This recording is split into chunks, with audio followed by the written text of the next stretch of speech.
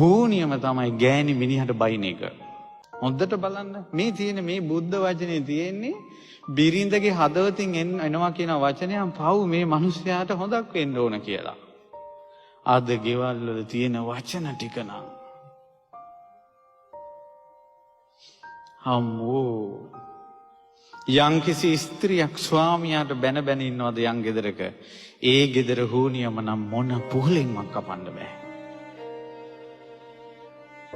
මෙතනද දරුවනේ නුඹලා අනාගතේ විවාහ වෙන්න කැමැත්තෙන් ඇති.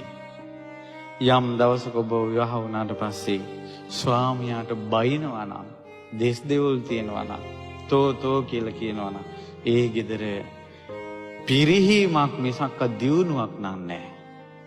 බුද්ධ වචනේ සැනසෙල්ලක් නැහැ කියලා කියන්නේ මේ.